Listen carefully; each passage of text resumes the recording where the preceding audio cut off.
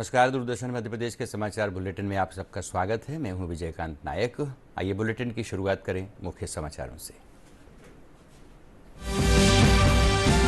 प्रधानमंत्री नरेंद्र मोदी ने अशोकनगर जिले के ईसागढ़ में गुरुजी महाराज मंदिर में की पूजा। आनंदपुर धाम का किया दौरा, मंदिर परिसर का भ्रमण किया। आनंदपुर धाम में जनसभा को संबोधित करते हुए प्रधानमंत्री ने अशोकनगर और आनंदपुर धाम जैसे क्षेत्रों के विकास को सरकार की प्राथमिकता बताया। कहा, अशोकनगर को कला, संस्कृति और प्राकृतिक सौंदर्य का वरदान मिला। केंद्रीय गृह एवं सहकारिता मंत्री अमित शाह 13 अप्रैल को आएंगे भोपाल। राज्य स्तरीय सहकारिता सम्मेलन में होंगे शामिल।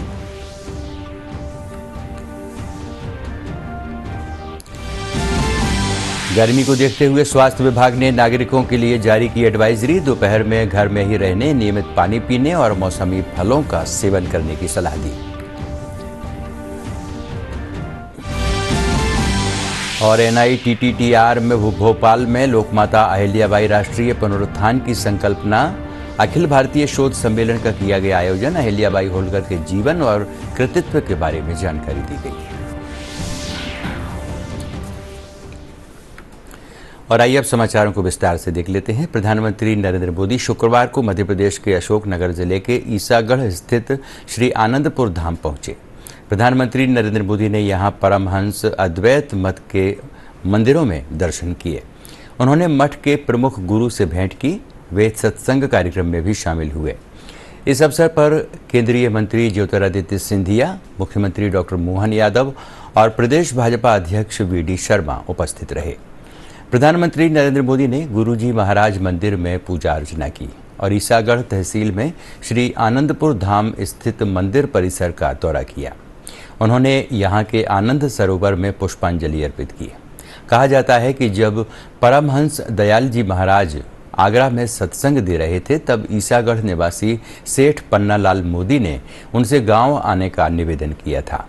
बाद में द्वितीय पातशाही श्री परमहंस स्वरूप आनंद जी महाराज ने सन 1929 में ग्वालियर राज्य में पदार्पण किया और ईसागढ़ क्षेत्र को परमार्थ का उपयुक्त स्थल माना। सन 1930 में भक्तों ने कठिन परिश्रम से इस उबड़ खाबड़ भूमि को हरे भरे उद्यान में परिवर्तित किया और यहीं पर श्री आनंदपुर धाम की स्थापना हुई, जिसने क्षेत्रीय संस्कृति और आध्यात्मिकता को नया स्वरूप दिया। इस धाम की स्थापना आध्यात्मिक और परोपकारी उद्देश्यों के लिए की गई है। 315 हेक्टेयर में फैले इस क्षेत्र में 500 से अधिक गायों के साथ एक आधुनिक गौशाला है और श्री आनंदपुर ट्रस्ट परिसर के अंतर्गत कृषि गतिविधियां संचालित की जाती हैं। वाकई हृदय आनंद से भर गया।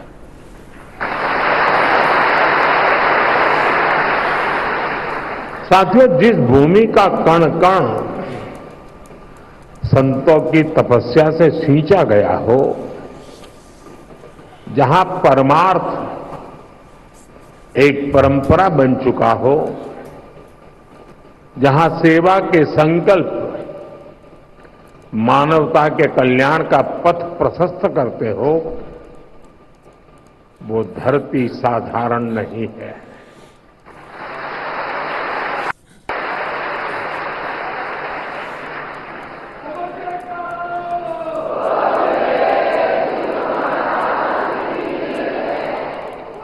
और इसलिए हमारे संतों ने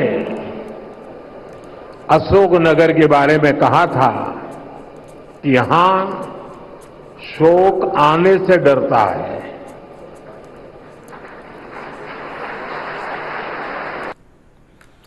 प्रधानमंत्री नरेंद्र मोदी ने आनंदपुर धाम में आयोजित कार्यक्रम को संबोधित करते हुए कहा कि दुनिया में भौतिक उन्नति के बीच मानवता के लिए युद्ध, संघर्ष और मानवीय मूल्यों से जुड़ी कई चिंताएं हमारे सामने हैं। इनकी जड़ में क्या है? इनकी जड़ में अपने और पराये की मानसिकता है। ये मानसिकता मानव से मानव को दूर करती है। आज विश्व भी सोच रहा है कि इनका समाधान कहाँ मिलेगा। इनका समाधान अद्वैत के विचार में मिलेगा।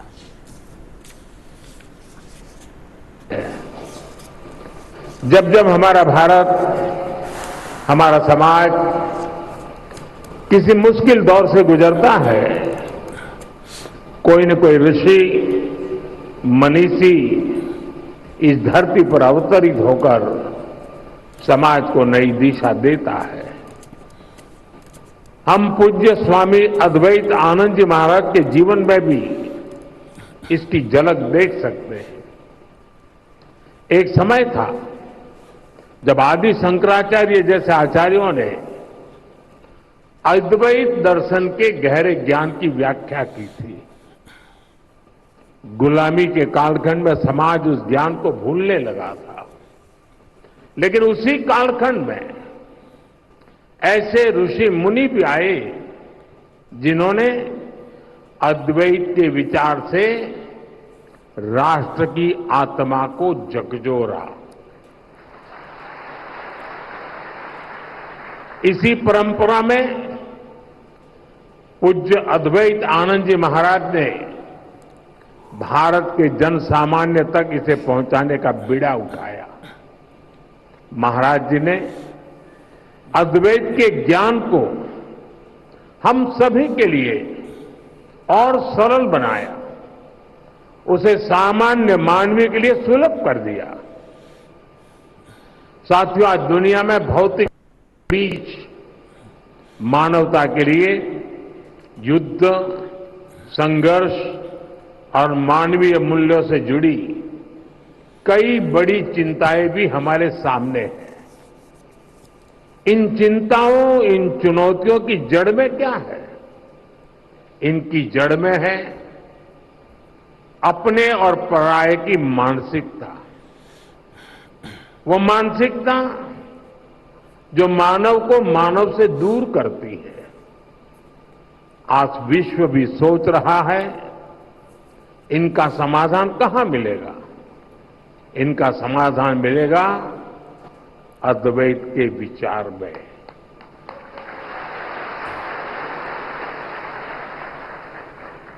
अद्वैत यानी जहां कोई द्वैत नहीं है। अद्वैत यानी जीव मात्र में एक ही ईश्वर को देखने का विचार। इससे भी आगे संपूर्ण सृष्टि को ईश्वर का स्वरूप देखने की सोच ही अद्वैत है। केंद्रीय गृह और सहकारिता मंत्री अमित शाह 13 अप्रैल को भोपाल आ रहे हैं। ये यहां पर रविंद्र भवन में राज्य स्तरीय सहकारिता सम्मेलन में शामिल होंगे। मुख्यमंत्री डॉक्टर मोहन यादव की अध्यक्षता में आयोजित इस सम्मेलन में सहकारिता के क्षेत्र में मध्य प्रदेश की उपलब्धियों एवं नवाचारों को प्रदर्शित किया जाएगा। इस सम्मेलन में न केवल सहकारी संस्थाओं की उपलब्धियों का उत्सव होगा, बल्कि आने वाले समय की दिशा और दशा तय करने का माध्यम भी बनेगा। मध्य प्रदेश के सहकारिता मंत्री विश्वास सारंग ने अधिकारियों से कहा कि सम्मेलन की प्रत्येक गतिविधि सुव्यवस्थित, उद्देश्यपूर्ण और जन उपयोगी होनी चाहिए, जिससे सहभागी लाभार्थियों को, आमजन को सकारात्मक संदेश जाए। इस सम्मेलन में सहकारिता के विभिन्न क्षेत्रों में किए गए कार्यों और योजनाओं को प्रदर्शित किया जाएगा। मध्य प्रदेश में पैक्स अर्थात प्राथमिक कृषि साख सहकारी समितियों के व्यवसाय विविधीकरण के अंतर्गत हुए प्रयासों की लघु फिल्मों के माध्यम से प्रस्तुति दी जाएगी।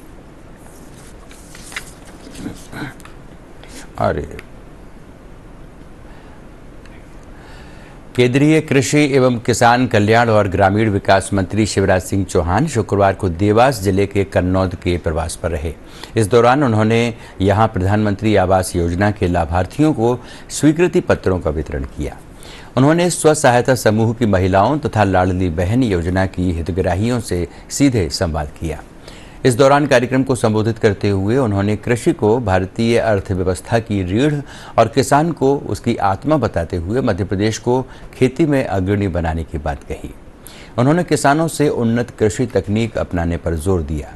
कार्यक्रम के दौरान उन्होंने स्व सहायता समूह को ब्याज मुक्त ऋण देने, क्षेत्र के हर घर में नल जल योजना के माध्यम से पेयजल उपलब्ध करवाने के साथ ही सिंचाई के लिए रकबा बढ़ाने और खेती को लाभ का धंधा बनाने का संकल्प लिया। खोले तो झरझर पानी आ जाए, गुंड का गिरा सब भर जाए। अत्यंत प्रसन्न और आनंदित गांव-गांव से जनता जनार्दन से मिलते हुए यहाँ कन्नौज पहुंचे हैं प्रधानमंत्री श्रीमान नरेंद्र मोदी जी के नेतृत्व में विकसित भारत के निर्माण का अभियान चल रहा है और हमारा खातेगांव कन्नौज विधानसभा भी उस क्षेत्र में यहाँ के सभी कार्यकर्ता और विधायक भाई आशीष सदैव क्षेत्र के विकास के प्रयत्न करते हैं, चाहे सिंचाई का सवाल हो, रेवा उद्वहन सिंचाई योजना, सहकारी सिंचाई योजना हो, किसानों की जिंदगी बदले, उत्पादन बढ़े। शहडोल के शंकर दाहिया मध्य प्रदेश की जूनियर फुटबॉल टीम के कोच नियुक्त किए गए हैं। वे 19 वर्ष बालक आयु वर्ग की राज्य स्तरीय टीम को प्रशिक्षण देंगे। शहडोल के फुटबॉल कोच रईस अहमद ने ये जानकारी दी है कि Shankar Dahiya Vicharpur football coach Reliance foundation Shahdol एवं शासकीय विशिष्ट बालक क्रीड़ा परिषद विचारपुर शहडोल में प्रशिक्षण दे रहे थे। उन्होंने बताया कि इम्फाल में 15 से 21 अप्रैल 2025 तक आयोजित होने वाली शालेय राष्ट्रीय प्रतियोगिता 19 वर्ष बालक आयु वर्ग के लिए शंकर दाहिया को टीम का कोच नियुक्त किया गया है।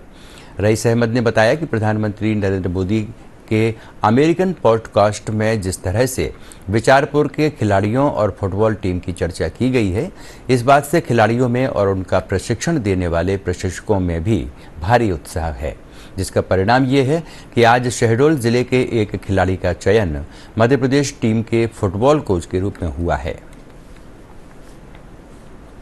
शंकर दाहिया अंडर 19 बालक वर्ग में साले राष्ट्रीय स्तर प्रतियोगिता के लिए चयनित हुए कोच नियुक्त किए गए हैं, जो मध्य प्रदेश टीम के कोच होंगे। ये मध्य प्रदेश टीम जो है पार्टिसिपेट करेगी मणिपुर इम्फाल में 15 से 21 अप्रैल तक। और शंकर दाहिया अभी रिलायंस फाउंडेशन द्वारा जो संचालित स्कूल है उनमें कोचिंग दे रहे थे। अभी फिलहाल उनको अभी जनजाति कार्य विभाग की वो खेल परिसर में भी उनको कोच नियुक्त किया गया है और बहुत ही मेहनती बढ़िया काम कर रहे हैं। काफ़ी अच्छा उनका रिजल्ट रहा है, इसके वजह से उनको इनका कोच नियुक्त किया गया है। ये साले राज्य स्तरीय प्रतियोगिता में भी ये टीम अच्छा परफॉर्मेंस दी थी अपने शहडोल संभाग की। प्रदेश में बढ़ती गर्मी और लू की गंभीरता को देखते हुए नागरिकों के लिए स्वास्थ्य विभाग ने निर्देश जारी किए हैं। राष्ट्रीय स्वास्थ्य मिशन की प्रबंध संचालक ने सभी जिलों के मुख्य चिकित्सा एवं स्वास्थ्य अधिकारी, सिविल सर्जन और अस्पताल अधीक्षकों को गर्मी के दृष्टिगत स्वास्थ्य सुरक्षा के लिए आवश्यक तैयारियों और जागरूकता के निर्देश जारी किए हैं। स्वास्थ्य विभाग के निर्देशों में कहा गया है कि गर्मी के मौसम में नागरिक दिन भर पर्याप्त मात्रा में पानी पिएं, भले ही प्यास न लगे। यात्रा करते समय पानी अपने साथ रखें। ORS, नींबू पानी, लस्सी, छाछ और फलों के रस का सेवन लाभकारी होता है। इसके साथ ही मौसमी फल का सेवन भी शरीर में तरलता बनाए रखने में सहायक होता है। धूप में निकलते समय शरीर को पूरी तरह से ढकना बेहद ज़रूरी है। हल्के रंग के सूती और ढीले कपड़े पहनें ताकि गर्मी से राहत मिल सके। सिर को टोपी, छतरी, गमछा या पारंपरिक उपायों से ढकना चाहिए। नंगे पांव धूप में जाना हानिकारक हो सकता है, इसलिए चप्पल या जूते पहनना ज़रूरी है। जहां तक हो सके दोपहर के समय घर के अंदर या छांव में रहें। गर्मी के समय बाहरी गतिविधियों को सीमित करें। निर्देशों में कहा गया है कि बेहद ज़रूरी हो तभी दोपहर के समय घर से बाहर निकलें। भारी कामकाज या शारीरिक मेहनत को भी टालें।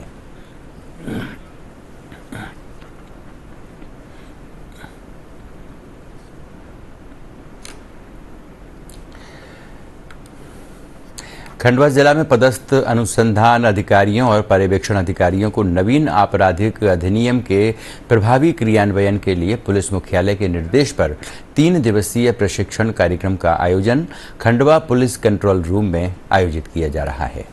प्रशिक्षण के इस कार्यक्रम में खंडवा SP मनोज कुमार राय ने पुलिस कंट्रोल रूम में नवीन आपराधिक अधिनियम लागू होने के बाद से अनुसंधान में आने वाली तकनीकी एवं व्यावहारिक समस्याओं को लेकर चर्चा की गई। इस प्रशिक्षण में जिले के सभी थानों के थाना प्रभारी, उप निरीक्षक, सहायक उप निरीक्षक और प्रधान आरक्षक सहित तमाम अनुसंधान अधिकारी शामिल हुए।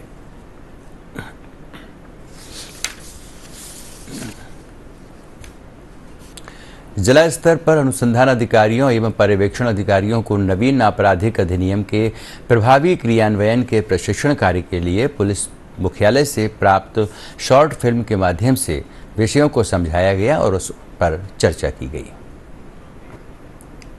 नए भारतीय न्याय संहिता और भारतीय न्याय दंड संहिता के जो जब से क्रियान्वयन हुआ है उसमें बहुत सारे नए प्रावधान पुराने आईपीसी और सीआरपीसी को लेके हुए हैं। इसमें बहुत से डिजिटल टेक्नोलॉजी के भी प्रावधान हैं, घटनास्थल पे क्या करना चाहिए, और CCTNS जो हमारा पोर्टल है उसमें भी बहुत सारे परिवर्तन किए गए नए कानूनों को लेके। और ई साक्ष्य ऐप और ई प्रोसिक्यूशन ऐप नाम से 2 ऐप भी आए हैं जो विवेचकों को उसके में बहुत सारी जानकारियाँ भेजनी, और सब आजकल पुलिस इन्वेस्टिगेशन से लेके कोर्ट में चालान पेश करने तक सभी दस्तावेज आजकल डिजिटलाइज होके CCTNS और ICJS के माध्यम से कोर्ट को जाते हैं। इसलिए बहुत ज़रूरी है कि जो हमारे सभी अधिकारी कर्मचारी इस बारे में बखूबी से जानकारी उनको हो, साथ ही क्या उनको घटनास्थल पे करना है, कौन से दस्तावेज घटनास्थल को वीडियो रिकॉर्डिंग करना है, क्या वहाँ पे उनको सेव कैसे करना है। बहुत सारे जो नए कानूनों में परिवर्तन आए हैं उसी को दृष्टिगत रखते हुए DGP मध्य प्रदेश द्वारा पूरे प्रदेश में एक प्रशिक्षण के कार्यक्रम चलाए जा रहे हैं। इसी कड़ी में कल पहला सत्र 10 से 12 अप्रैल का खंडवा में भी चलाया जा रहा है, जिसमें थाना प्रभारी से लेकर कांस्टेबल तक के हमारे अधिकारी कर्मचारी उसमें उपस्थित हैं। हम लोगों का प्रयास है कि इन प्रशिक्षण कार्यक्रमों के बाद हमारे पुलिस के अधिकारी और कर्मचारियों के अनुसंधान की गुणवत्ता में भी सुधार होगा, साथ ही जो नए कानूनों की पेचीदगियां हैं उनको भी वो बेहतर तरीके से समझेंगे और नए जो ऐप हैं और नए जो प्रावधान हैं उनका बखूबी वो इस्तेमाल भी कर पाएंगे।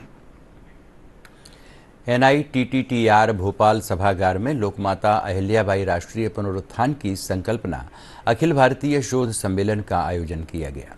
इस दौरान 200 से अधिक शोध पत्र और लेख प्रस्तुत किए गए, जिनमें 125 शोध पत्रों का चयन किया गया।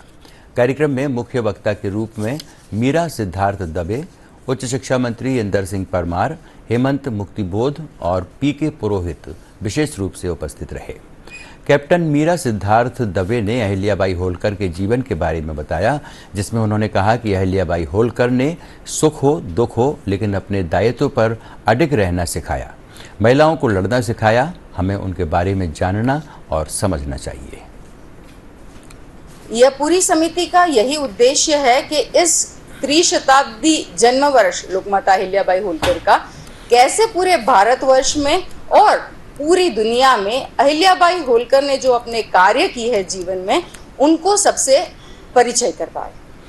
आज NITTTR ने जो शोध पत्रों का आज यहाँ पूरा कार्यक्रम रखा है, जिसमें जिन शोधार्थियों ने अहिल्या देवी होलकर के जीवन के बारे में, उनके कार्यों के बारे में शोध करके रिसर्च पेपर्स लिखे हैं, मैं उनको साधुवाद देती हूँ।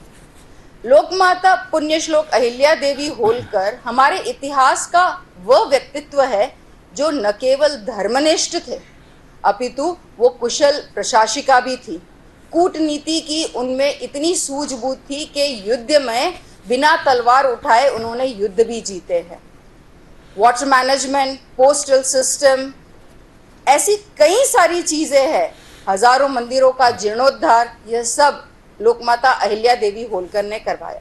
राष्ट्र पुनरुत्थान की संकल्पना में अहिल्याबाई का जो जीवन चरित्र है उसका हम कैसे उपयोग कर सकते हैं, राष्ट्रीय पुनर्निर्माण के कार्यों में उनका कैसा उपयोग कर सकते हैं, मैं समझता हूं कि ये बहुत जरूरी है। जब NEP पर काम प्रारंभ हुआ और जब NEP पर काम प्रारंभ हुआ तो लोगों ने भारत के इतिहास के संदर्भों को देखा तो कई सारे तथ्य ऐसे लगे जैसे यह जो इतिहास है जो पढ़ाया जा रहा है समझाया जा रहा है, बताया जा रहा है, ये भारत का नहीं है, या भारत का अपना कोई शौर्य पराक्रम या अपनी कोई राज्य करने की पद्धति भारत के पास अपनी नहीं रही है। ये सब तो विदेशों से आया है, विदेशियों द्वारा दिया गया है। इस प्रकार का एक माहौल बनाने की पूरे देश में कोशिश की गई है। और हम समझते हैं कि स्वतंत्रता के पहले तो तक तो ठीक था, लेकिन स्वतंत्रता के बाद भी उसी पद चिन्हों पर लंबे समय तक हम चलते रहे। लेकिन हम सौभाग्यशाली है कि इस देश के शिक्षाविदों ने, वैज्ञानिकों ने और सामाजिक कार्यकर्ताओं ने मिलकर अपने देश की अपनी शिक्षा नीति कैसी होना चाहिए उस पर मंथन प्रारंभ। टीकमगढ़ के नजरबाग राम मंदिर प्रांगण में अनुभव और ऊर्जा संवाद कार्यक्रम का आयोजन किया गया, जिसमें केंद्रीय सामाजिक न्याय एवं अधिकारिता मंत्री डॉक्टर वीरेंद्र कुमार मुख्य अतिथि के रूप में शामिल हुए। कार्यक्रम का शुभारंभ दीप प्रज्वलन और पुष्पमाला अर्पण कर किया गया।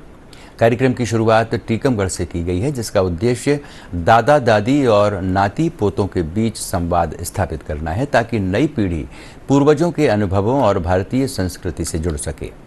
केंद्रीय मंत्री ने बुजुर्गों से संवाद किया और उनका सम्मान करते हुए एक बुजुर्ग महिला के पैर छूकर स्वागत किया। कार्यक्रम के बाद मंत्री ने दादा दादी और नाती पोतों के साथ हाथ पकड़कर एक पैदल रैली निकाली, जो गांधी चौराहे से होते हुए राम मंदिर परिसर में समाप्त हुई। उन्होंने लोगों से संवाद बनाने और पारिवारिक मूल्यों को संजोने की अपील की। अपने संबोधन में मंत्री ने मोबाइल की बढ़ती लत और पाश्चात्य सभ्यता की ओर झुकाव पर चिंता जताते हुए कहा कि इस तरह के कार्यक्रमों से बच्चों में संस्कृति के प्रति सम्मान जागेगा। कार्यक्रम में कलेक्टर विवेक श्रोत्रिय, पुलिस अधीक्षक मनोहर सिंह मंडलोई, भाजपा जिला अध्यक्ष सरोज राजपूत सहित अन्य जनप्रतिनिधि उपस्थित रहे। आयोजन सामाजिक न्याय मंत्रालय, स्कूल शिक्षा विभाग और जिला प्रशासन के सहयोग से किया गया।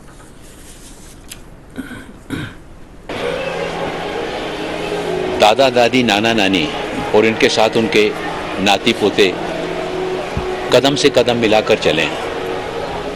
जो हमारे समाज में है, दादा दादी और नाती पोते के बीच में एक अंतराल आ रहा है। हम जैसे जैसे मोबाइल के उपयोग की तरफ बढ़ते जा रहे हैं, परिवार में जो रिश्तों की मिठास पहले देखने में आती थी, उसमें कमी आ रही है। बच्चों को बचपन से ही मोबाइल पकड़ा दिया जाता है, मोबाइल फोबिया हो जाते हैं। दादा दादी बैठे रहते हैं, वो प्यार से बुलाते हैं, उनका ध्यान भी नहीं जाता है। हमारे पुराने समय में हम लोग ये देखते थे कि छुट्टी के दिनों में नानी के यहाँ जाते थे,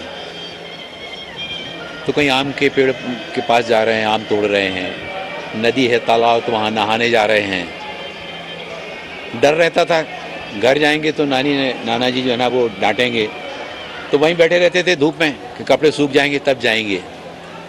लेकिन उसमें डांट में भी प्यार का, आत्मीयता की मिठास होती थी। ये पीढ़ियों के मिलन को फिर से जोड़ने के लिए समाज में दादा दादी और नाती पोते का रिश्ता बहुत गहरा होता है। इस कार्यक्रम का आयोजन की शुरुआत संसदीय क्षेत्र से की गई है। इसमें हमारे सभी सहयोगियों के साथ ही साथ कलेक्टर महोदय जी का, एसपी महोदय जी का, जिला शिक्षा विभाग के अधिकारियों का, उनका भी बहुत सहयोग मिला है। और उसी के परिणाम स्वरूप पहले प्रयोग में यह कार्यक्रम आज प्रारंभ किया जा रहा है। इसको हम पूरे देश में ले जाएंगे।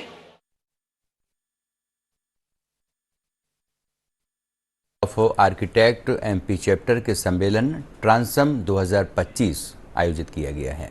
भोपाल के कुशाभाऊ ठाकरे सभागार में मुख्यमंत्री डॉक्टर मोहन यादव ने दीप प्रज्वलित कर सम्मेलन का शुभारंभ किया। इस कॉन्फ्रेंस में भाग लेने के लिए अमेरिका, यूके और जर्मनी सहित विश्व भर के शीर्ष आर्किटेक्ट्स भोपाल और इंदौर पहुंचे हैं। सम्मेलन के तहत 13 अप्रैल को इंदौर में कार्यक्रम होगा। देश भर के 2000 से अधिक आर्किटेक्ट्स सम्मेलन में शामिल हो रहे हैं।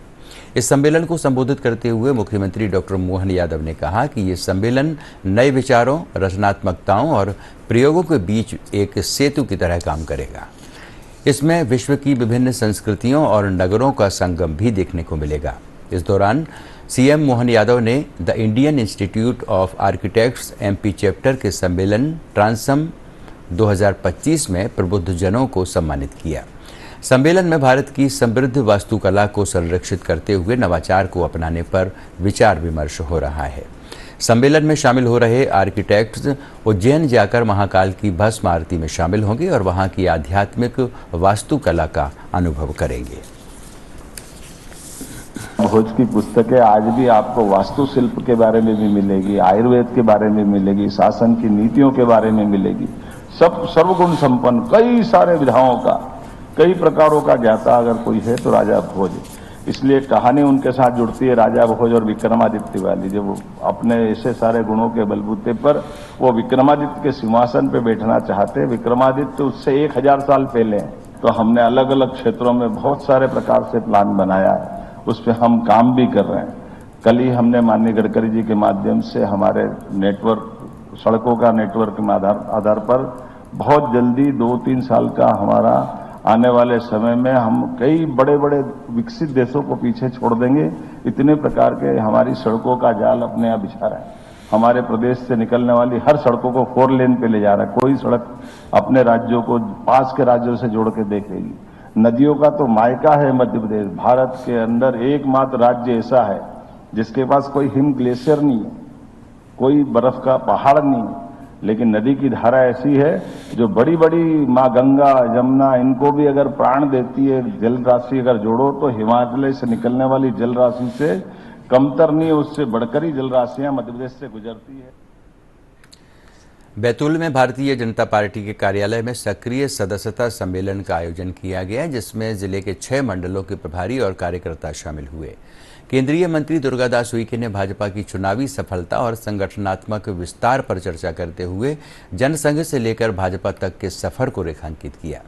प्रदेश उपाध्यक्ष पंकज जोशी ने भाजपा द्वारा भारतीय राजनीति में लाए गए परिवर्तन, सामाजिक समरसता, मातृशक्ति, सशक्तिकरण और सांस्कृतिक धरोहरों के संरक्षण की दिशा में नए प्रयासों को रेखांकित किया। विधायक हेमंत खंडेलवाल ने अपने संबोधन में प्रधानमंत्री मोदी के नेतृत्व में भारत के तेज विकास की बात कही, जिसमें सड़क, आवास, अन्न योजना, स्वास्थ्य, शिक्षा और उद्योग जैसे क्षेत्रों को उपलब्धियों में गिनाया गया। कार्यक्रम का संचालन भाजपा महिला मोर्चा की जिला प्रभारी रश्मि साहू ने किया और आभार जिला उपाध्यक्ष और कार्यालय मंत्री द्वारा व्यक्त किया गया।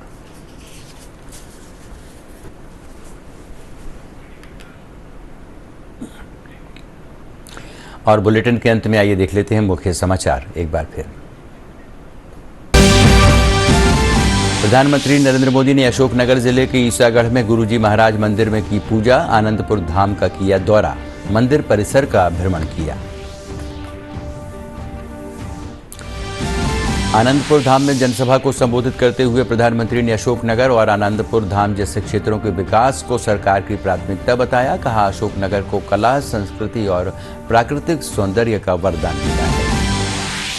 केंद्रीय गृह एवं सहकारिता मंत्री अमित शाह 13 अप्रैल को भोपाल आएंगे, राज्य स्तरीय सहकारिता सम्मेलन में शामिल होंगे।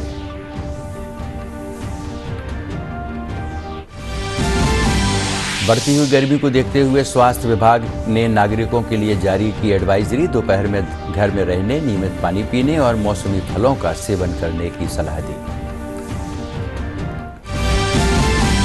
और NITTTR भोपाल में लोकमाता अहिल्याबाई राष्ट्रीय पुनरुत्थान की संकल्पना अखिल भारतीय शोध सम्मेलन का किया गया आयोजन, अहिल्याबाई होलकर के जीवन और कृतित्व के बारे में जानकारी दी गई।